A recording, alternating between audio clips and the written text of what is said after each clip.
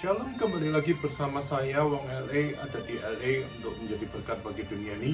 Puji Tuhan kalau hari ini kita bisa memulai satu kitab yang luar biasa, yaitu kitab 1 Korintus, di mana kita belajar banyak dari kitab ini yang boleh mengimpartasikan kehidupan kita untuk kita bisa membuat semangat baru untuk membaca Alkitab ini.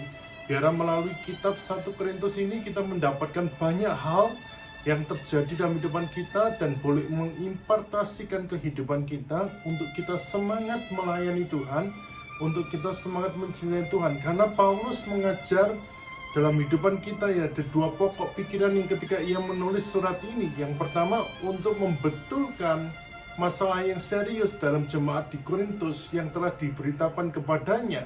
Yang kedua, hal ini meliputi satu pelanggaran yang dianggap remeh oleh orang Kristen yang ada di Korintus, tetapi dianggap oleh Paulus sebagai dosa serius. Yang kedua, kenapa Paulus menulis kitab ini? Ini sesuatu yang belajar bahwa untuk memberikan bimbingan dan instruksi atas beberapa pernyataan yang ditulis oleh orang-orang di Korintus.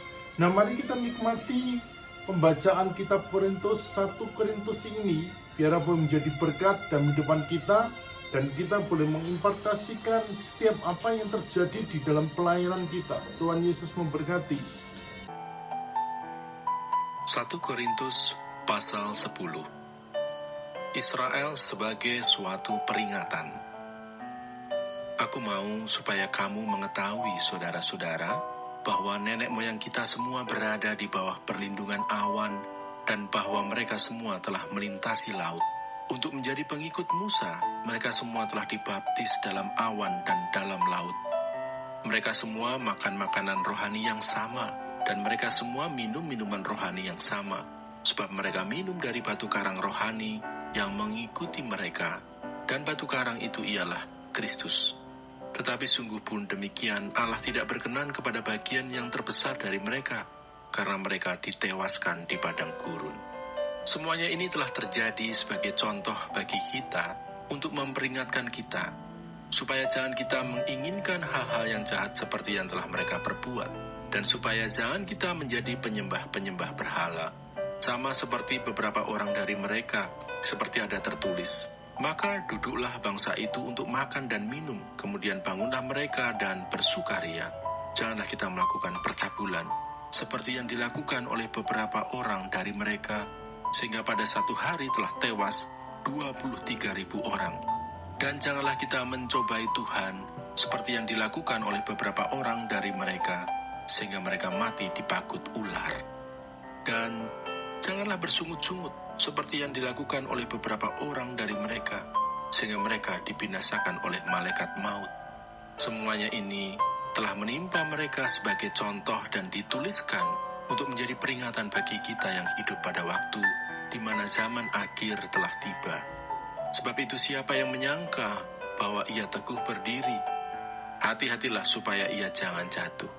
Pencobaan-pencobaan yang kamu alami ialah pencobaan-pencobaan biasa dan tidak melebihi kekuatan manusia. Sebab Allah setia dan karena itu ia tidak akan membiarkan kamu dicobai melampaui kekuatanmu.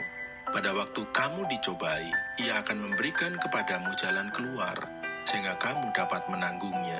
Karena itu, saudara-saudaraku yang kekasih, jauhilah penyembahan berhala. Aku berbicara kepadamu sebagai orang-orang yang bijaksana. Pertimbangkanlah sendiri apa yang aku katakan. Bukankah cawan pengucapan syukur, yang atasnya kita ucapkan syukur, adalah persekutuan dengan darah Kristus? Bukankah roti yang kita pecah-pecahkan adalah persekutuan dengan tubuh Kristus? Karena roti adalah satu, maka kita, sekalipun banyak, adalah satu tubuh. Karena kita semua mendapat bagian dalam roti yang satu itu. Perhatikanlah bangsa Israel menurut daging. Bukankah mereka yang makan apa yang dipersembahkan mendapat bagian dalam pelayanan Mizpah? Apakah yang kumaksudkan dengan perkataan itu? Bahwa persembahan berhala adalah sesuatu, atau bahwa berhala adalah sesuatu? Bukan. Apa yang kumaksudkan ialah bahwa persembahan mereka adalah persembahan kepada roh-roh jahat, bukan kepada Allah. Dan aku tidak mau bahwa kamu bersekutu dengan roh-roh jahat. Kamu tidak dapat minum dari cawan Tuhan dan juga dari cawan roh-roh jahat. Kamu tidak dapat mendapat bagian dalam perjamuan Tuhan dan juga dalam perjamuan roh-roh jahat. Atau maukah kita membangkitkan cemburu Tuhan? Apakah kita lebih kuat daripada Dia? Segala sesuatu diperbolehkan, benar, tetapi bukan segala sesuatu berguna. Segala sesuatu diperbolehkan, benar, tetapi bukan segala sesuatu membangun. Jangan seorang pun yang mencari keuntungannya sendiri, tetapi hendaklah tiap-tiap orang mencari keuntungan orang lain.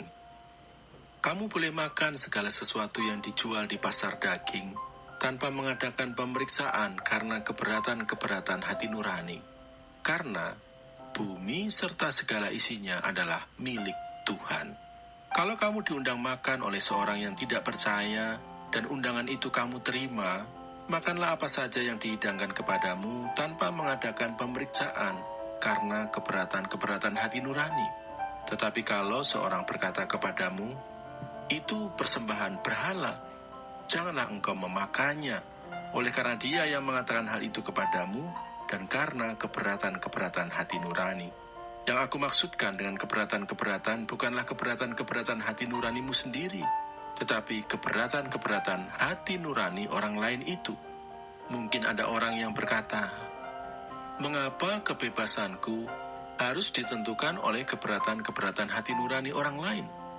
Kalau aku mengucap syukur atas apa yang aku turut memakannya, mengapa orang berkata jahat tentang aku karena makanan yang atasnya aku mengucap syukur? Aku menjawab, jika engkau makan atau jika engkau minum atau jika engkau melakukan sesuatu yang lain, lakukanlah semuanya itu untuk kemuliaan Allah. Janganlah kamu menimbulkan syak dalam hati orang, baik orang Yahudi atau orang Yunani maupun jemaat Allah. Sama seperti aku juga berusaha menyenangkan hati semua orang dalam segala hal, bukan untuk kepentingan diriku, tetapi untuk kepentingan orang banyak, supaya mereka beroleh selamat.